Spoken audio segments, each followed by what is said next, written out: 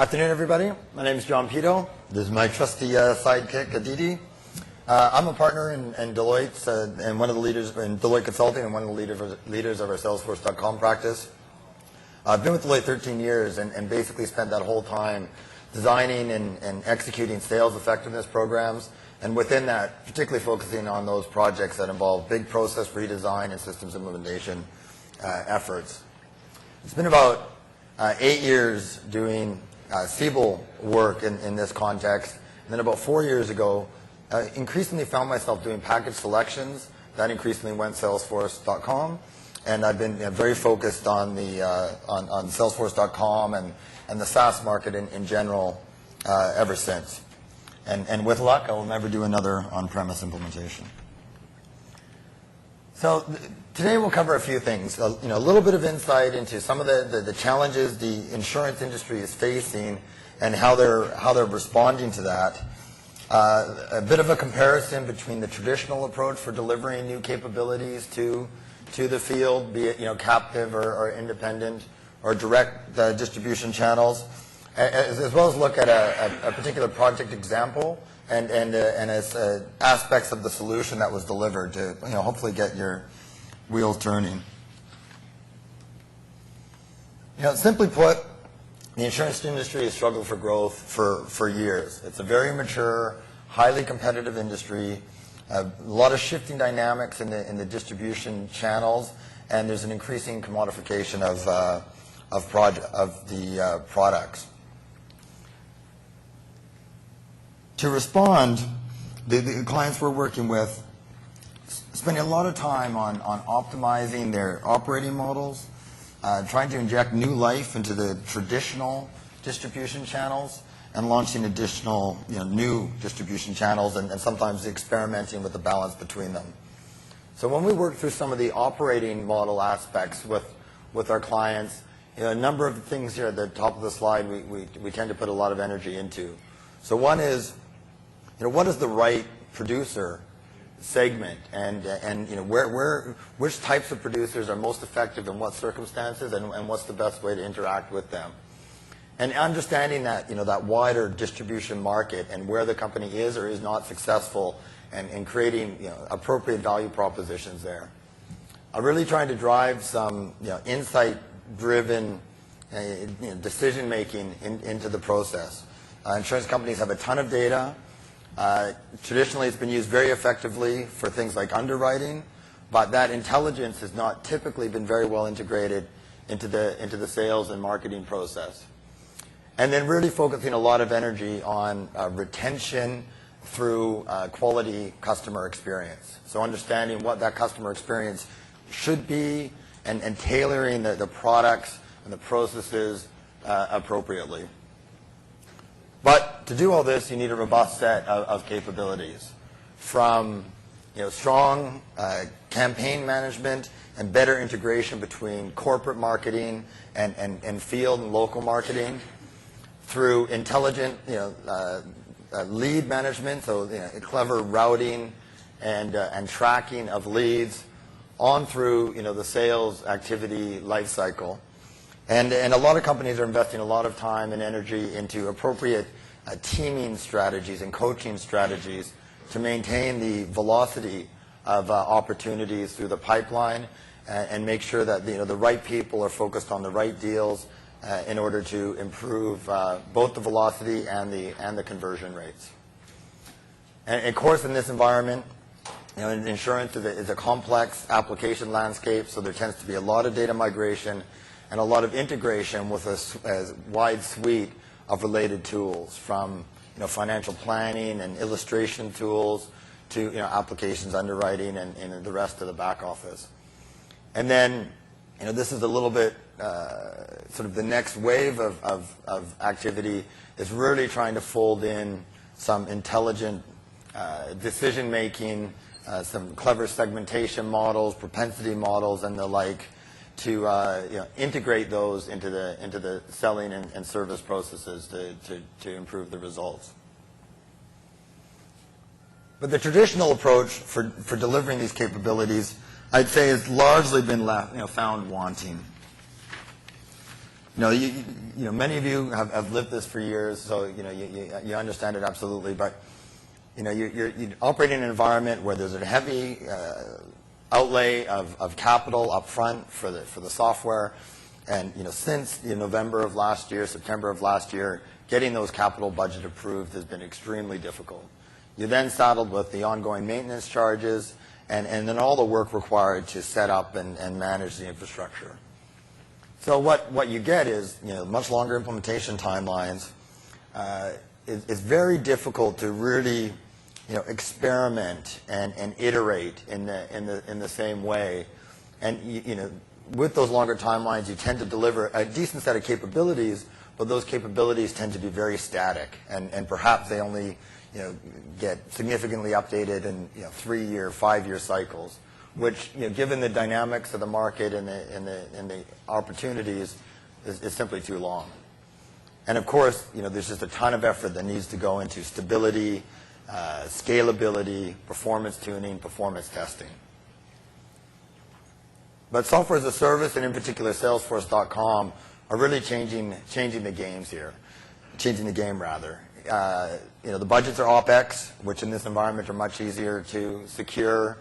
It's very conducive to pilots and experiments to really find out what works well with the different portions of the field. The capabilities themselves, they go out and they evolve very rapidly, and generally it costs quite a lot less per user. I say generally because it's still important to understand your TCO, total cost of ownership, because if you get into environments where you have 10,000, 20,000 users, if you compare the total cost of ownership to on-premise, there's a curve there. There's a point where it's not one for one less expensive. That said, you're getting a lot of other capabilities and benefits beyond just TCO. But I wouldn't assume it's less in really large scale environments. But if you do your analysis, generally the business case remains very compelling. And this better, faster, cheaper value proposition is really being borne out by project experience. Every project's different, every client's different, but insurance is a complex industry, and the projects do tend to be larger than in perhaps other industries. But traditional on-premise approach, say Siebel-based, you're probably looking at a 9 to 12 month implementation life cycle. There's probably a dedicated team and the 50 to 30 some resources. Software costs are anywhere from $500K to $5 million plus your maintenance costs. Implementation costs, again, it's a wide range, but it's generally more than $3 million, and I've seen plenty more than $20 million. And your upgrade cycle, you tend to get fixes and minor enhancements out maybe once a month. But fundamental improvements, rarely come more often than every 2 or 3 years. So the risks there are you tend to really have to focus on your data quality, your change management and adoption, and then, as I said before, system stability and performance tuning. Whereas on the software as a service model or Salesforce model, maybe you're talking about a 4-month, 5-month SDLC. Your team is maybe half the size, 6 to 20 people. You've got your license costs that are fixed number of dollars per user per month. Your implementation costs, as low as $500K. They can still get up into the millions depending on complexity. But the upgrade cycle, the speed of evolution is much, much faster. So you can get new capabilities out on a daily or weekly basis with really significant upgrades 3 or 4 times a year. Both, develop improvements for yourself and taking advantage of the new capabilities like Chatter and the like that Salesforce will be releasing 3 times a year. Many of the risks and challenges are similar. Data quality and change management remains a constant. Adoption is generally better, but you still have to focus on appropriate change management training. And one thing you really do need to pay attention to, and is often neglected, is IT change management. Insurance companies tend to be very big, very mature, very established processes and policies for managing the software development lifecycle, for managing changes in the production environment.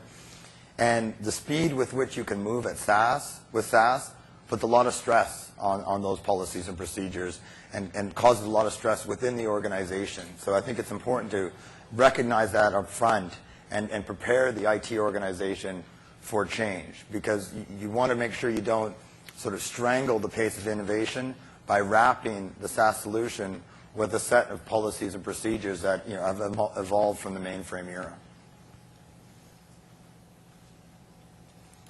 But with all those advantages, a lot of the basics still apply to really make these projects work. You only have one chance with your field in insurance, and it's critical to get it right the first time around. So executive sponsorship. So the visibility and engagement of the senior executives and their use of the data that results is probably the most critical and simplest way to drive adoption. Understanding the business case, so being very focused on the levers you want to manipulate to drive business value, and tracking that value is actually achieved. This is very easily said, but is rarely done well. Speed and accuracy of decision making. I mean, there's got a million stakeholders in these projects. It's very important to understand, who's empowered to make what type of decision, so you can get through this and you don't get into sort of design by committee, which can slow down and create an overly complex solution that's trying to please too many parties. And I think it's important to work backwards from the business process. So what is your new sales model? How do you want to go to market? And map that down to the solutions, as opposed to either automating the current state or feeling artificially constrained by the vanilla application.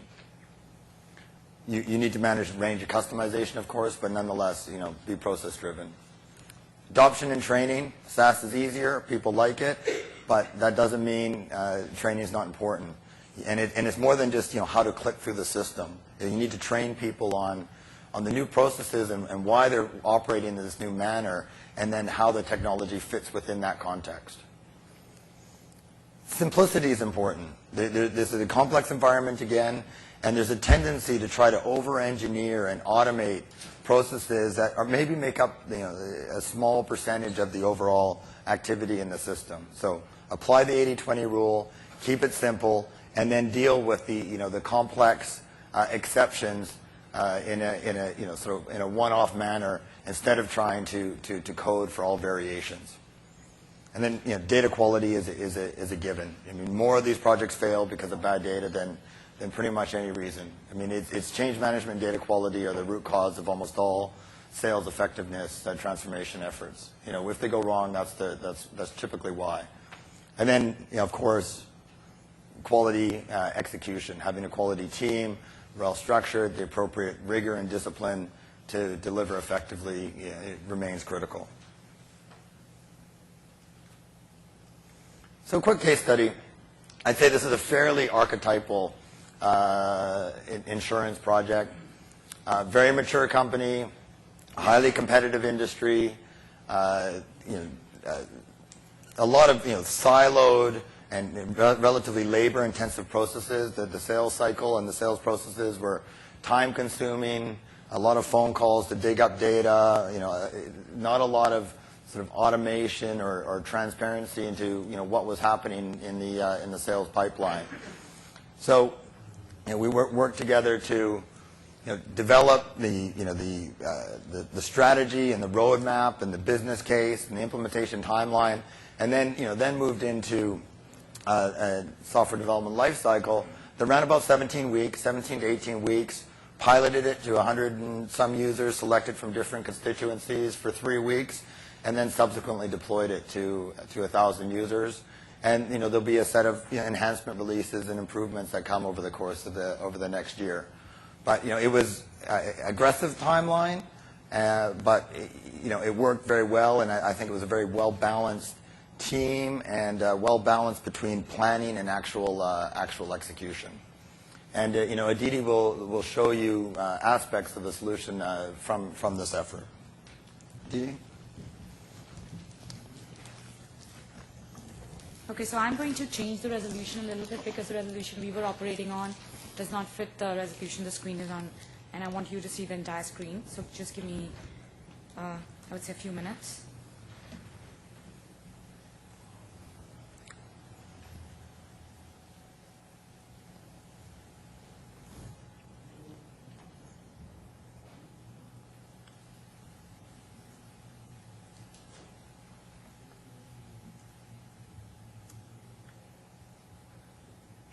So before we dive into the actual demo, John, do you want to give any overview about what we're going to present? Feel free. All right. So this demo is nothing. It's so the project that John is talking about. What we wanted to do for the sales agents and then the client service reps was they work with a lot of intermediaries, such as financial advisors, consultants, who pretty much work with brokerage firms to actually help sell big plans. It could be contribution plans, distribution plans, 401k, 403bs. And they really want to get a sense of, any typical agent, let's say tomorrow I need to build a new relationship with an agent or to try and sell a large plan for, a firm that has 10,000 employees. I want to get an understanding of what is the book of business that I own with that particular financial advisor. What are the opportunities he's associated with? What kind of plans have I sold with him? What are the potential new products or services within those products that I can propose as part of the current plans that I can try and cross-sell and upsell. So it just gives me a better perspective about the FA, gives me like a 360-degree view of the intermediary. And this can be extended to your plan sponsors, it can be extended to internal sales reps. This is not limited just to intermediaries. And I think the model applies in life and in many other aspects of the insurance business as well. So I'm going to dive into the demo right now. This is a very plain vanilla landing page for Salesforce.com. What I really want to show you is this tab up here called Book of Business. As you can see on top, we are storing all the, all the information we need to in our standard or custom objects. We have the plan sponsor accounts or intermediary accounts or brokers. We have plans over here, which are going to be actually sold plans that we are selling. Oh, give me one moment. All right, is that better? Yeah.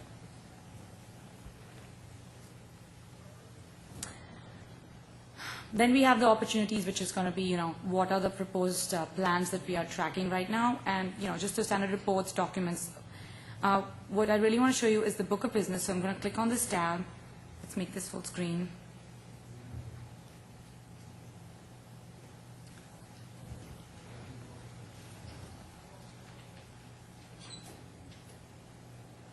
Oh, give me one moment. So that it's visible properly. Okay. All right, so this is a very, very simple landing page. It's just a very simple search screen. This can be extended for you to allow you to search, maybe based on industry, SIC codes, try and add more filters to give you a better set of results. These things can be extended. So this is not, the solution or probably the best solution. It's just a good solution that can provide you kind of a sense of how you can use SaaS-based technologies to kind of leverage the data that you have in the system. So I'm just going to search. Let's say I know that there's a firm called Edge, and I want to search for all the agents within Edge because my sales director just told me that, we really want to get into this firm and we want to find out who are the agents who are working for us. Maybe we want to try and sell them new plans or through them sell more plans. So I want to get a sense of who I'm looking at. I know that, so immediately I enter the words Edge and I search for it, and it gives me result of all the agents that work for Edge. I know that the person that I've been copied on in terms of the emails and stuff is Rose Gonzalez. So I want to see what kind of business does Rose have with our insurance agency. So I'm going to click on Rose, and this automatically opens up a dashboard about Rose. It gives me an idea about who Rose is and what is the history we have with Rose. So we can straight off see we have 6 opportunities with her right now. There are 3 plans out of the existing businesses that she is tied with. Maybe she's a financial advisor on those, or they have a third-party administrator and she's playing some role on it. I don't know exactly what she's doing, but I know that she's tied to 3 plans. It gives me an idea about the value of those plans and those opportunities as well. What I have in the pipeline versus what I have actually sold to her. Just in terms of technology, this is all Flex enabled on top of Salesforce, and we went with Flex because it's a very rich UI, it's very fast, it's easy to develop in, and the usability is so high, and furthermore, you can pull data from more objects than you can with the standard Salesforce UI. So you get a little bit more flexibility there, and with the announcements this week about the further integration of the Adobe and the Force.com platform, I think you'll increasingly have the power to put these sort of Flex and Flash skins on top of the base application. So some of the cool things that Adobe brings, which I think this can be done in Visualforce also, Adobe just makes it easier for richer UI to be developed and to tie it to any kind of query in the back end to pull all the data that's already existing in your Salesforce.com app. And I'm not going to talk more about Adobe except for the fact that you can also build any kind of desktop applications. Let's say you don't want, you have half the group that is, not on Salesforce, for instance. Maybe based on a licensing strategy with Salesforce, you can release a desktop application on Adobe that has just this book of business on it. And they don't even need to get on to Salesforce. They can just search for it and get all the information that they need. And you can pass on the user information or session ID in the back end. So again, a lot of flexibility, but again, this is more about how SaaS enables this kind of data mining or presentation of data for you. So some cool features, this is just easy to view. You can actually zoom into graphs if you like. There is also a way for you to look at all the current plan sponsors that particular agent is tied to, which is nothing but clients that you have sold those 3 plans to for that particular agent is tied to. And you can kind of see a segmentation model in place here. You have 60% mid-market, 25% large. So that gives you an idea of maybe where either that agent or that particular financial firm, where their kind of market skill set lies. Maybe they do really well with mid-market. So you know what kind of clients you can target based on that. Another cool thing this can do is this can also give you a sense of the ideal product list. I mean, if as part of selling some distribution or contribution plans, you have a set of services that you feel are really bag of services you want to sell as part of all plans. Those would probably be your ideal set of services, and you can sell on top of those. This gives you a clear distribution of out of all the accounts. What is your distribution set? Where is it that you can target?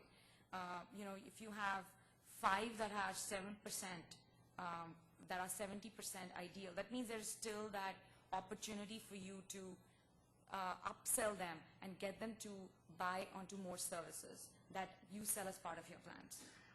So this is like a summary page, and you can dive deeper into more details around these different aspects of the agent. You can look at an activity history. Right now the activity history is a little sparse, but you can actually look at what was the activity history historically. This is not just you being in touch with this person. This is any kind of activity that might have taken place with that agent.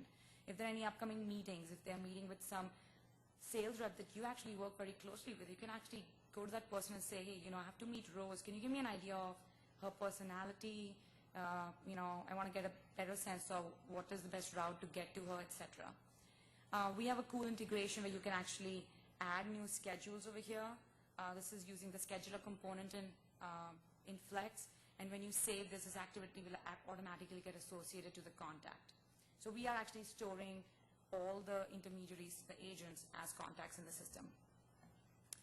In addition, you can look at what are the proposed opportunities. We know that we looked at 6 opportunities, so what are they?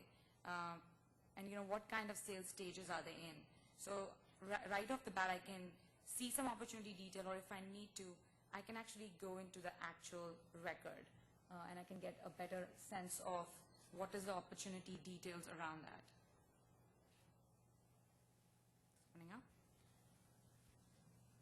So a lot of, right now the data is not a lot because it's just a prospect, but you can still get a better sense, and it can be linked into the actual Salesforce record.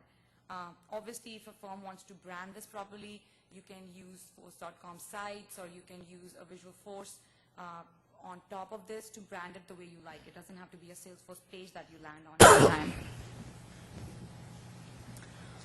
Similarly with plans, very similar thing. I can actually get better detail of a particular plan. I can view the complete record. I can also get some financial data. You can probably have real-time integrations with any kind of financial databases in the back end that you might not want to store in Salesforce.com, because obviously security and storing data outside the firewall might be a concern for your compliance teams. So you can have a real-time integration and pull data directly from a system and display that right here. It's not getting stored in Salesforce servers. It's still on your on-premise databases, but it's available to you. And you don't have to go into a mainframe and find that out. Then you can actually check what kind of plans have right now been sold. I know that this particular plan is right now at 40%, 44% idea. So I can try and see what plans I can propose. And next time I meet Rose, I can tell her, these are the different services that this plan sponsor might be interested in. If you want, I can get you some client calls. Once I know that those services they are interested in, I can just drag and drop that in, and I can update it to a proposed status. And once I update this, it'll get updated in my opportunity products or whatever object you're using to store the kind of services you're proposing or selling. And finally, you can get a better idea of the overall product mix that you have with the existing plans. So you can actually look at what were the approximate start dates, what are the services that you've sold, and what are the services that you can potentially sell. Again, same kind of information, maybe presented in a different manner, sliced and diced in a different way, but everything visible to you on one screen. Couple of cool features, you can go back to your existing searches. You don't have to always go back to the search screen. You can search right here, and there's a cool integration with Maps. It's not Google right now, but we can do that as well. Any questions? On the demo and any aspects of insurance distribution and projects of this nature? Yes? When you show the scheduling and the contacts, is that linked to Outlook or any other system? So if you, depending on the kind of development roadmap you have within your project, if you have any kind of integration with Outlook, this scheduler will actually pull all the data that has synced with Outlook into your tasks and activities and display it here. So there's an indirect integration with Outlook. So the integration here is with Salesforce, and then Salesforce is typically integrated. talking to your notes or Outlook. or whatever the scheduling, whatever your other system is. Any other questions? Yes. Would you think some of the statements you made might actually be not exactly mismatched with the cloud model, maybe? For example, the heavy usage of Flex, almost suggesting desktop applications. I know we do whatever the clients ask us to do, pretty much. Yeah.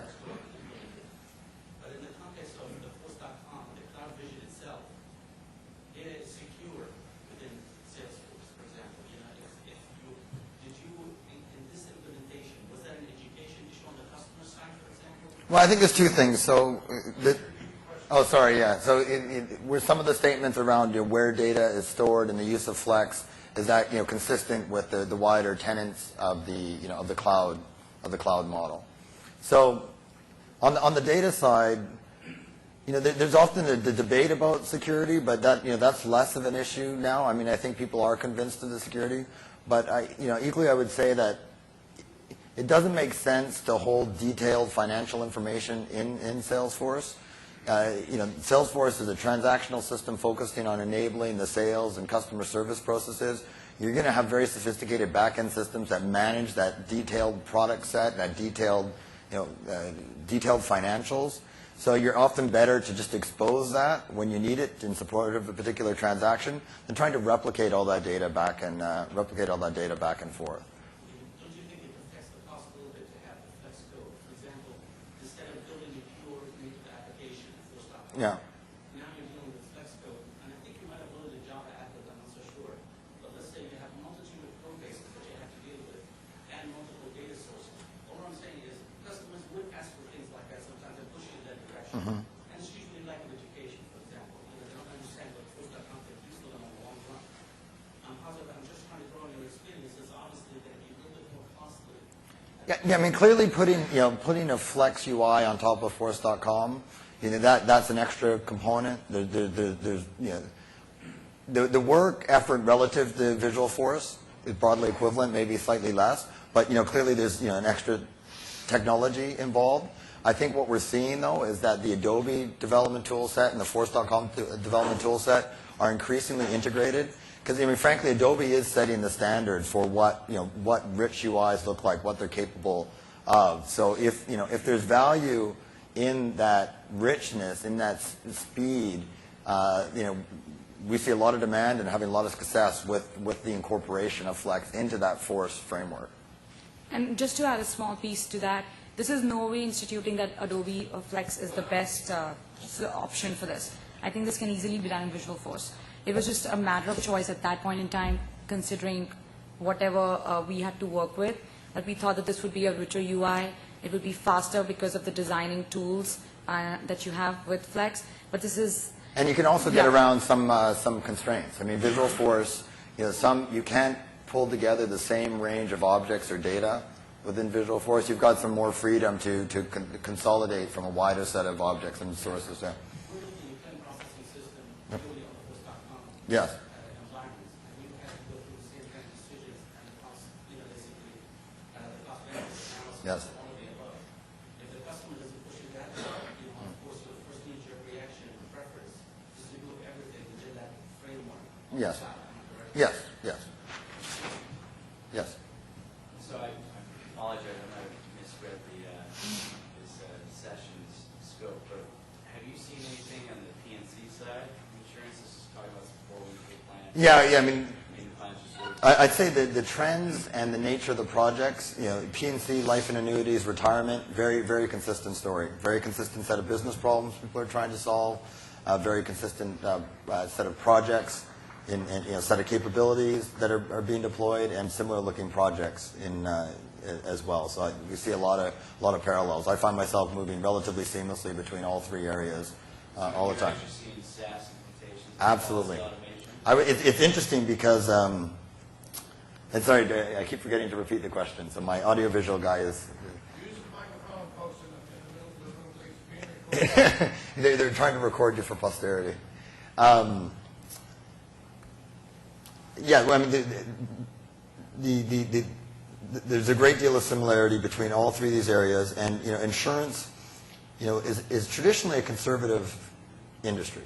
So, if you'd asked me 3 years ago, I would have thought that insurance would be sort of a slow to medium adopter of the SaaS model.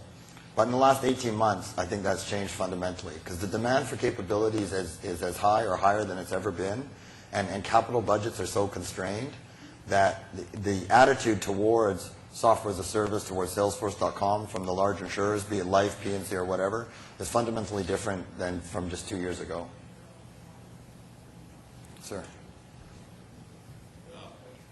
The property casualty industry being a little more dependent upon location.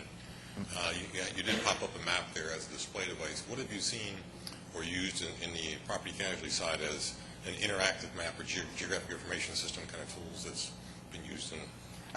We've had conversations, but not done much yet around some of these more sophisticated mapping capabilities. I think that the standards that evolve there, there's no clear standard yet. So no, I don't have a clear answer for that one yet. But we've had some interesting conversations about the need. Additional questions? Greg, no, nothing from you? That's uncharacteristic. Well, thank you very much for your time.